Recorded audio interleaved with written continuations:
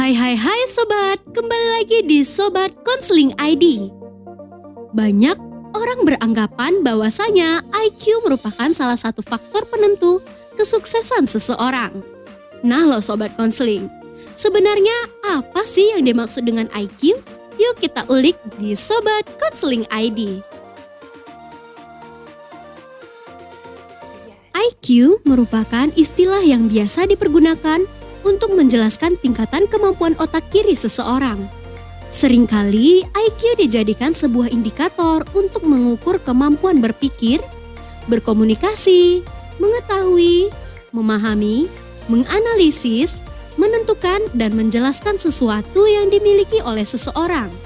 Istilah IQ sendiri merupakan singkatan dari Intelligence Quotient, yang berarti indikasi kecerdasan intelektual. Kemampuan menganalisis suatu objek atau logika seseorang. Karena itulah IQ memiliki keterkaitan dengan keterampilan berbicara, kesadaran akan sesuatu di sekelilingnya, penguasaan ilmu eksak, atau kemampuan-kemampuan otak kiri lainnya.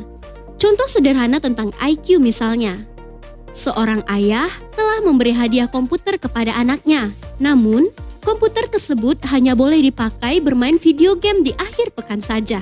Jika anak tersebut memiliki IQ yang baik, dia akan berpikir bahwa seandainya di hari-hari sekolah komputer tersebut digunakan untuk bermain game, maka orang tuanya akan menegurnya. Nah sobat, ternyata IQ memiliki tingkatan-tingkatan loh. Mari kita ulik singkat di Sobat Konseling ID. Yang pertama, idiot. Orang yang ber-IQ 0-29 dikategorikan sebagai orang-orang idiot. Idiot adalah orang dengan tingkatan kecerdasan otak yang paling rendah. Mereka yang ada di kategori ini tidak mampu berkomunikasi. Jika bisa hanya mampu mengucapkan sedikit kata-kata saja. Mereka juga membutuhkan bantuan orang lain untuk mengurus kepentingan pribadi mereka, seperti makan, mandi, memakai pakaian, dan lain-lain. Anak dalam tingkatan idiot ini akan menghabiskan hidupnya hanya di atas tempat tidurnya saja.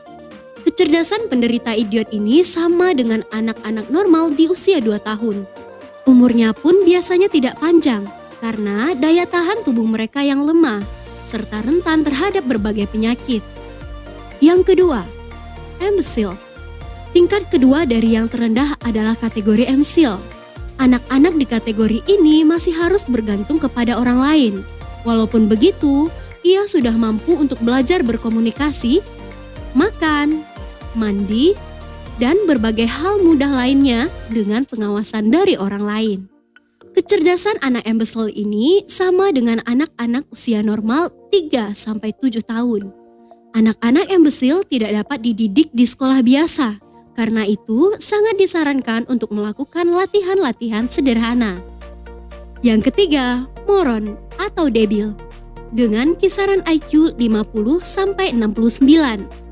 Anak-anak yang memiliki IQ di tingkatan ini, sampai tahap tertentu masih bisa dididik untuk belajar menulis, membaca, dan hitungan-hitungan sederhana. Untuk mengembangkan kemampuannya, bisa diberikan kegiatan-kegiatan rutin tertentu. Kebanyakan anak-anak di kategori debil ini bersekolah di sekolah-sekolah luar biasa. Yang keempat, IQ low. Tingkatan kategori ini lebih baik dari ketiga kategori sebelumnya dengan kisaran IQ 70 hingga 79. Namun, kecerdasannya masih di bawah anak-anak normal. Kemampuannya bisa dikembangkan dengan kerja keras, bersusah payah, serta memiliki banyak hambatan. Anak-anak dengan kategori ini sudah mampu bersekolah di sekolah dasar umum, namun akan kesulitan ketika berada di tingkat akhir SLTP. Yang kelima, normal rendah. Dengan kisaran IQ 80 hingga 89. Anak-anak di kategori ini sudah disebut kelompok anak-anak normal, namun tingkatannya berada di tingkat terendah. Kategori ini tidak bisa terburu-buru dalam proses belajar.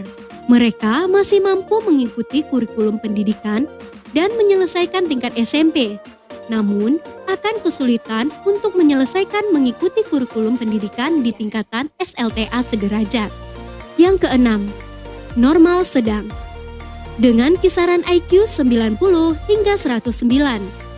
Kategori normal sedang ini adalah kategori anak-anak normal. Kebanyakan anak-anak berada di tingkatan ini. Pendidikan formal pun bisa diikutinya, namun akan sering menemukan kesulitan.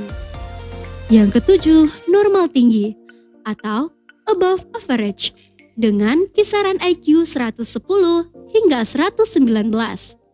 Kategori normal tinggi ini adalah kelompok orang-orang dengan kemampuan normal, tetapi kemampuannya berada di tingkatan yang tinggi. Yang kedelapan, cerdas atau superior dengan kisaran IQ 120 hingga 129. Jika dilihat dari kemampuan otaknya, kategori ini adalah kategori individu yang sangat berpotensi berhasil dalam pendidikan formalnya. Mereka seringkali berada di kelas-kelas umum dan memiliki nilai yang tinggi. Yang kesembilan, sangat cerdas atau very superior dengan kisaran IQ 130 hingga 139. Kategori ini memiliki kemampuan yang lebih baik dalam hal menulis, membaca, dan mudah memahami ilmu-ilmu eksak, bijak mengatur keuangan, dan cepat memahami sesuatu. Rata-rata anak yang berada di kategori very superior ini umumnya menonjol dalam faktor kesehatan, ketangkasan, dan kekuatan. Yang ke-10 sekaligus yang terakhir, jenius dengan kisaran IQ lebih dari 140. Orang-orang yang berada di dalam kategori ini memiliki kemampuan yang luar biasa.